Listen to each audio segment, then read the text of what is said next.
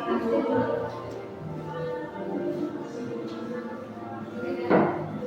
siang Adi. Selamat siang Kak. Bagaimana kabar Adi? Kabar saya baik. Tadi kesini aktivitas apa yang Adi lakukan? Saya baru habis kuliah. Baru habis kuliah. Adi kuliah mata kuliah apa? Bimbingan kelompok. Pantas dari raut wajah Adi sepertinya sedikit kelelahan. Baik, sebelum kita melakukan proses konseling, alangkah baiknya kita memperkenalkan diri terlebih dahulu.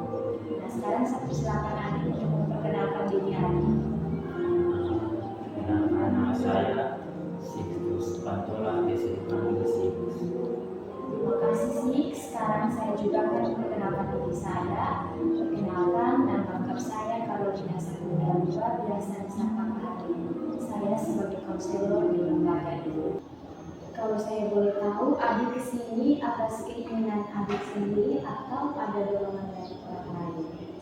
Saya kesini atas keinginan diri saya sendiri. Sebelumnya, apakah Adi sudah pernah melakukan proses konseling? Belum pernah. Ya, jadi baik karena Adi belum pernah melakukan proses konseling dan ini merupakan kali pertama, maka terlebih dahulu saya akan menjelaskan tentang konseling itu sendiri. Jadi yang akan kita lakukan saat ini adalah konseling individual, di mana konseling individual itu merupakan suatu jenis layanan yang dilakukan oleh konselor terhadap konseli, di sini terhadap adik sendiri, baik secara langsung maupun secara tidak langsung untuk memperoleh informasi dan pengentasan masalah yang adik alami. Kemudian dalam proses konseling ini kita akan menempuh beberapa tujuan, yaitu untuk memperoleh informasi, pemahaman dan pengentasan terhadap masalah yang adik alami saat ini. Nah, di dalam proses konseling ini adik tidak perlu merasa takut atau cemas tentang apa yang akan adik sampaikan kepada saya, karena kita dilindungi oleh suatu asas, yaitu asas kerahasiaan, yang berarti masalah yang adik sampaikan kepada saya yang tahu hanya saya dan adik saja. Di sini saya tidak akan memberitahukan kepada siapapun. Kemudian tadi adik mengatakan bahwa adik datang ke sini atas keinginan adik sendiri. Nah, ini merupakan bukti bahwa adik telah menjalankan suatu asas, yaitu asas kesukarelaan. Yang berikut dalam proses konseling ini juga ada asas keterbukaan, di mana nanti adik harus menyampaikan masalah yang adik alami secara terbuka.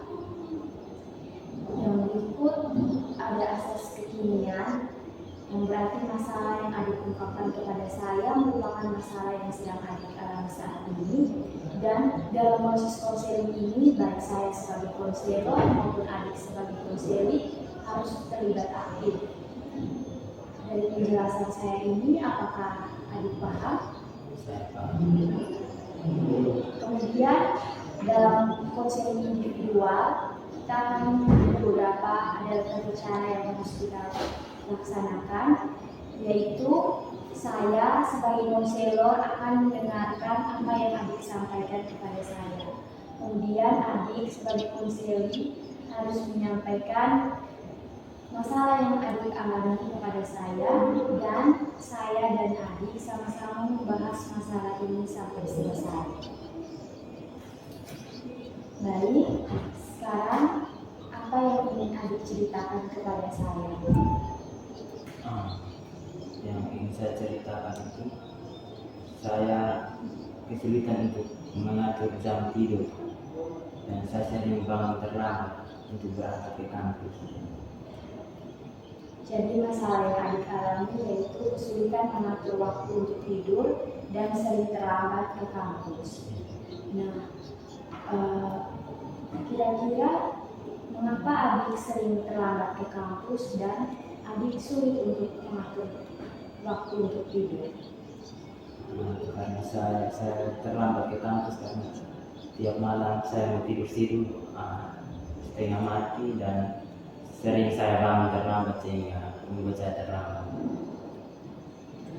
Kalau saya boleh tahu, adik biasa bangun jam berapa? Saya biasa bangun jam 7:10. Jam 7:10. Ketika adik bangun jam 7:10, adik langsung bergegas untuk siap ke kampus atau adik melakukan aktivitas lain? Saya langsung bergegas siap untuk ke kampus. Aktivitas perkuliahan itu biasanya dimulai dari jam berapa? Jadi mulai 7:30. Berarti waktu adik untuk siap ke kampus itu sekitar 20 menit. Kalau saya boleh tahu, jarak dari tempat tinggal adik ke kampus berapa jam? Kurang lebih 13 menit. Lumayan jauh ya. Adik ke kampus menggunakan kendaraan atau Saya jalan kaki. jalan kaki? Ketika adik terlambat ke kampus, sampai di kampus, kira-kira perasaan apa yang adik rasakan ketika melihat teman-teman lain sudah mulai perkuliahan? Yang saya rasakan, saya rasa bersalah. Merasa bersalah. Lalu ketika adik merasa bersalah, apakah ada motivasi atau keinginan untuk merubah tingkah laku yang menyebabkan adik merasa bersalah? Dari rasa bersalah itu saya ingin berubah. Baik, kalau saya boleh tahu, apakah adik tinggal sendiri atau tinggal dengan keluarga mungkin? Saya tinggal sendiri di kos. Nah, apakah setiap hari ada kontrol dari orang tua secara jarak jauh, mungkin melalui telepon? Kalau untuk orang tua jarang kontrol, palingan 1 minggu telepon 1 kali. Kalau saya boleh tahu, kira-kira apa motivasi adik dalam mengikuti proses konseling ini? Motivasi saya ingin merubah diri saya supaya jangan terlambat lagi ke kampus. Baik, berdasarkan motivasi ini dan juga masalah yang telah adik sampaikan kepada saya, maka kita akan bersama-sama mencari alternatif solusi untuk mengatasi perilaku adik yang sering terlambat. Nah, di sini saya menggunakan teknik kognitif behavior. Teknik ini digunakan untuk mengubah perilaku yang negatif ke perilaku yang positif. Seperti yang adik katakan bahwa adik sering terlambat ke kampus. Nah, dengan menggunakan teknik ini, adik bisa merubah perilaku adik tersebut. Jadi, kalau menurut adik, kira-kira alternatif apa yang cocok untuk mengatasi perilaku adik yang sering terlambat ke kampus ini? Dengan membuat jadwal harian. Apakah ada alternatif lagi dari adik? Mungkin dari saya. Ya, kalau begitu di sini saya akan menambahkan sedikit. Mungkin adik juga perlu membuat alarm, dan juga adik perlu menerapkan komitmen dalam diri adik sendiri, dan komitmen itu disertai dengan konsekuensi. Misalnya, ketika adik bangun besok pagi, ketika adik bangun terlambat, maka adik perlu menerapkan konsekuensi apa dalam diri adik.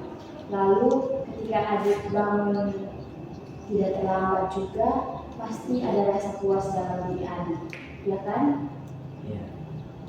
Nah, saya rasa yang perlu adik lakukan yaitu dengan menjalankan 2 alternatif ini. Dari 2 alternatif ini, kira-kira alternatif mana yang mau adik pakai? Saya pakai dua-duanya. Dua-duanya. Adik mau menjalankan alternatif ini berapa lama? Mungkin selama 1 minggu. Selama 1 minggu itu dimulai sejak hari ini atau sejak kapan? Mulai besok.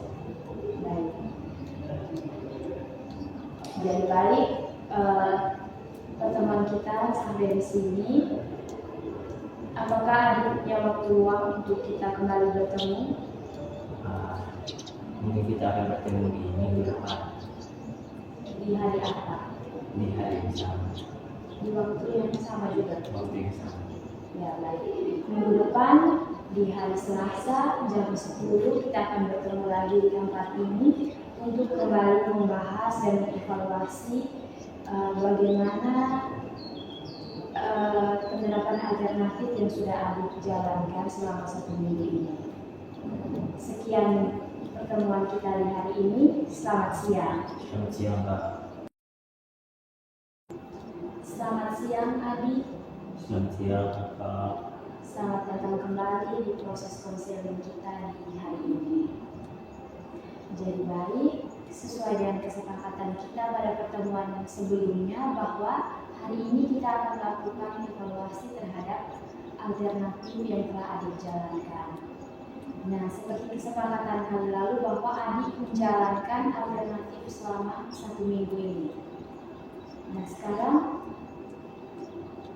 dari implementasi alternatif yang telah Adik lakukan, kira-kira apakah Adik berhasil menjalankan kedua alternatif yang sudah Adik pilih pada proses konseling sebelumnya atau tidak?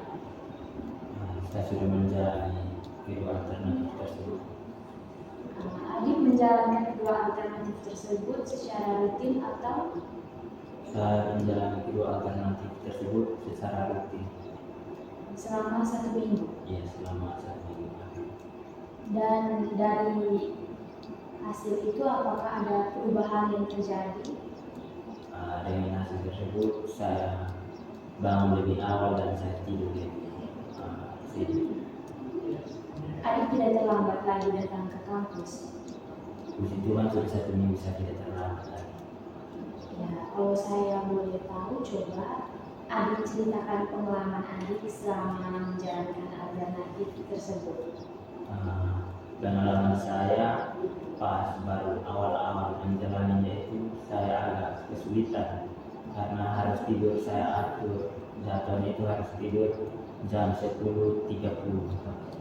Tapi pas awal-awal itu saya melewati saya tidak tidur tepat waktu yang saya tentukan dan saya tidur pas sudah jam 11 lewat, tapi bangun karena sudah pakai alarm jadi bangunnya tidak tepat waktu.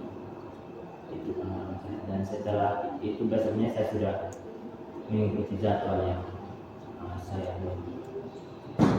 Selama menjalankan alternatif itu, kira-kira perasaan apa yang Adik rasakan? Saya merasa senang.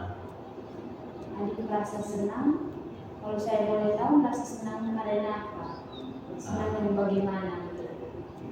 Saya merasa senang karena ke kampus mata saya tidak bengkak karena mengantuk lagi dan tidak tidur di dalam kelas lagi.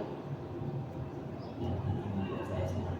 Lalu perasaan apa yang Adik rasakan setelah Adik berhasil menjalankan alternatif yang sudah Adik pilihkan? Perasaan yang saya alami.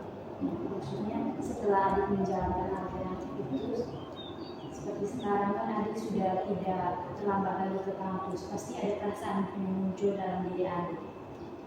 Perasaan yang muncul dalam diri saya ini, saya hanya gembira, bersyukur karena sudah bisa mengatur waktu saya sendiri. Baik, dengan begitu berarti Adik sudah mampu mengubah perilaku Adik yang dulunya sering terlambat. Sekarang Adik sudah tidak terlambat lagi ke kampus karena Adik sudah menjalankan alternatif yang telah kita sepakati bersama secara rutin. Di sini juga saya tuh merasa bangga karena terjadi perubahan yang positif dalam diri Adik. Dan dari sini saya dapat mengatakan bahwa jenis masalah yang Adik alami yaitu masalah pribadi, yaitu sering terlambat ke kampus. Dengan faktor penyebab Adik sering bangun terlambat, kemudian jarak dari tempat tinggal ke kampus juga cukup lumayan jauh, dan Adik juga tidak mampu mengatur waktu tidur Adik dengan baik, sehingga menyebabkan Adik sering datang terlambat ke kampus. Namun adik juga punya komitmen untuk mengubah perilaku adik dengan datang ke sini meminta solusi yang tepat dari saya, dan adik juga sudah menjalankan alternatif yang saya berikan secara rutin sehingga terjadi perubahan perilaku dalam diri adik. Nah, kira-kira apa harapan adik yang adik harapkan setelah melakukan proses konseling ini, juga telah menjalankan alternatif yang sudah diberikan? Harapan saya semoga saya bisa konsisten menjalani jadwal-jadwal dan masukan yang sudah kakak berikan kepada saya supaya saya tetap konsisten untuk ke depan tetap bertahan. Baik, selain harapan dari adik juga, di sini saya sendiri juga berharap adik juga harus tetap konsisten dan tetap mempertahankan perilaku positif yang sudah ada dari diri adik. Adik harus tetap menjalankan alternatif ini sampai setiap hari. Baik, terima kasih karena adik sudah mau bertemu kembali dengan saya hari ini. Juga terima kasih telah menjalankan alternatif yang telah saya berikan sehingga membuahkan hasil yang baik. Di sini saya mengucapkan terima kasih juga untuk keterlibatan adik selama proses konseling. Adik juga sudah terlibat aktif. Pertemuan kita sampai di sini, dan kedepannya mungkin adik ingin bertemu lagi dengan saya, ingin menyampaikan sesuatu yang mungkin sulit untuk adik pikirkan sendiri, adik bisa datang kembali lagi ke saya. Sekian pertemuan kita di hari ini. Terima kasih dan selamat siang. Selamat siang.